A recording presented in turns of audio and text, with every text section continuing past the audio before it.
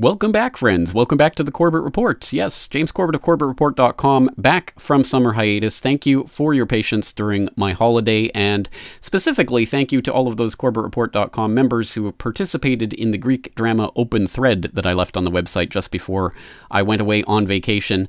I did leave it open for discussion, and thankfully there was a very lively discussion with hundreds of links and discussion on all sorts of different subjects, not just the Greek crisis, but all sorts of other unfolding news events while I was away. Thank you to each and every Corbett Report member who did leave their comments and discussion there. I hope people will check that out. But we are back from vacation. We are ready to roll up our sleeves and get right back into it. So let's do so with yet another conspiracy theory confirmed, namely that crazy, kooky conspiracy theory that people can remotely control your car and kill you. Well, there was an experiment of sorts that was recently performed by Wired that proved just that. Hackers remotely kill a Jeep on the highway with me in it.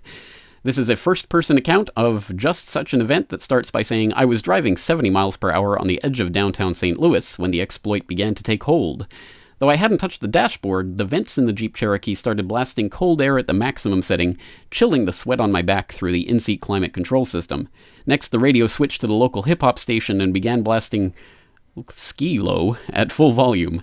I spun the control knob left and hit the power button to no avail. Then the windshield wipers turned on and wiper fluid blurred the glass. As I tried to cope with all of this, a picture of the two hackers performing these stunts appeared on the car's digital display. Charlie Miller and Chris Valasek wearing their trademark tracksuits. A nice touch, I thought."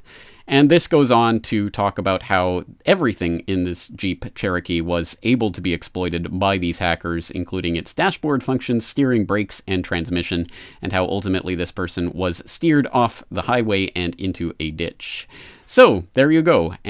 Once again, this idea has been around for a few years now and was confirmed by DARPA earlier.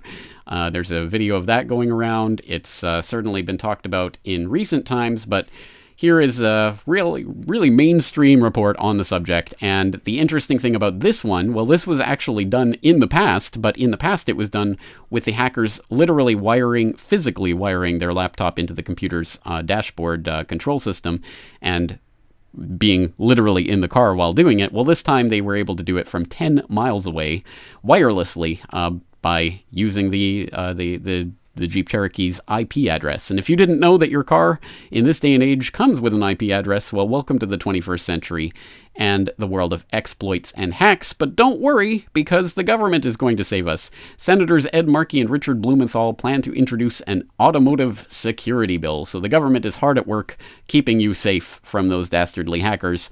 Unless, of course, it's the government that we should be worried about in all of this. But no, the government can't possibly be criminals, can they?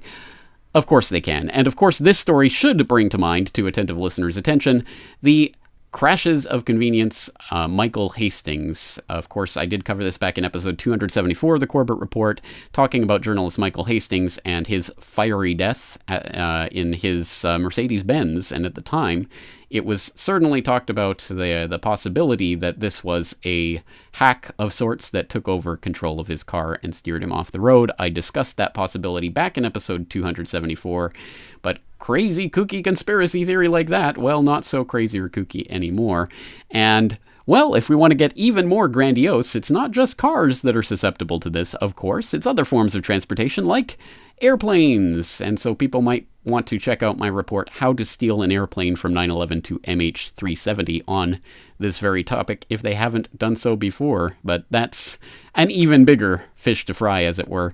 All the links to these reports will be in the show notes, so please do check back and check into these ideas if you haven't heard of them before, and the fact that they're becoming mainstream ideas at this moment in time. Very interesting.